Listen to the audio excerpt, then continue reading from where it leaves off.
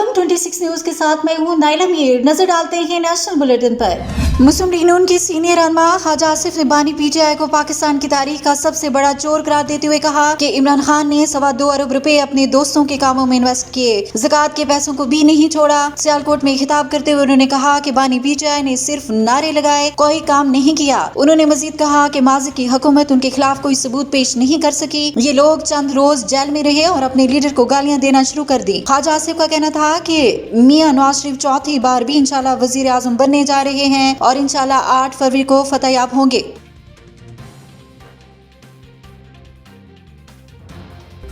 मुस्लिम league नून के सदर शहबाज शरीफ ने कहा है कि वोट को इज्जत दो का मतलब है कि अवाम से किए गए वादे पूरे करें। उन्होंने कहा कि नवाज शरीफ ने कौम को कहा था कि 20 घंटे की लोड शेडिंग खत्म कर दूंगा, फिर उन्होंने 20 घंटे की लोड शेडिंग का दुरानिया खत्म कर दिया। इसी को तो कहते हैं वोट को इज्जत दो। शहबाज शरीफ ने बात जारी रखते हुए कहा कि नवाज शरीफ ने कहा था सनत और ज़राअत में तरक्की करेंगे, उसी को तो कहते हैं वोट को इज्जत दो। उन्होंने कहा कि हमें अब इलेक्शन में जाना होगा, इसमें खैर निकलेगी। इस वक्त इलेक्शन का अल्तवा पाकिस्तान और जमहूरियत के लिए नुकसानदेह होगा। अगर इलेक्शन के अल्तवा की कोशिश की गई तो मजामत करेंगे। शहबाज शरीफ ने कहा कि वो अपनी 16 माह की हुकूमत की सफाई में कुछ नहीं कहना चाहते, सिर्फ हकाइक बताना चाहते हैं। मरकज में 13 जमातों की हुकूमत थी, हमने पाकिस्तान को दिवालिया होने से बचाया।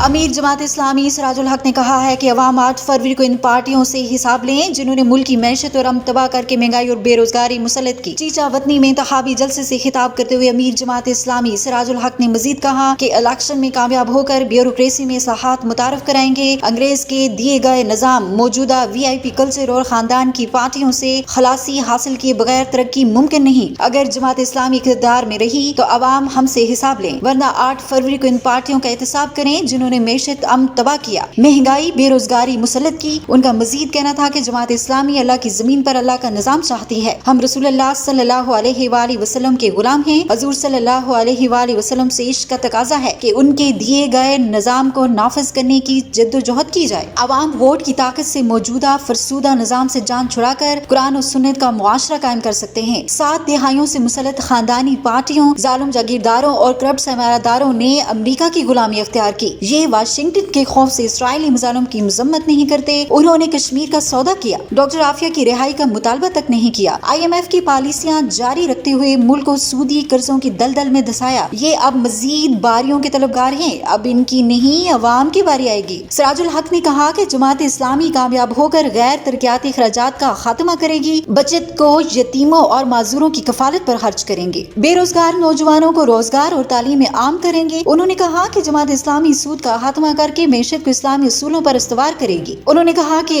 साबिक वजीर खजाना खैबर पख्तूनख्वा की हैसियत से सूबे में सूदी मैशत का खात्मा करके उसे कर्ज फ्री बनाया। उन्होंने कहा कि जमात इस्लामी के दौर में अदालतों में कुरान के जरिए फैसले होंगे। मौजूदा करप्ट निजाम में कमजोर को कभी इंसाफ नहीं मिलता।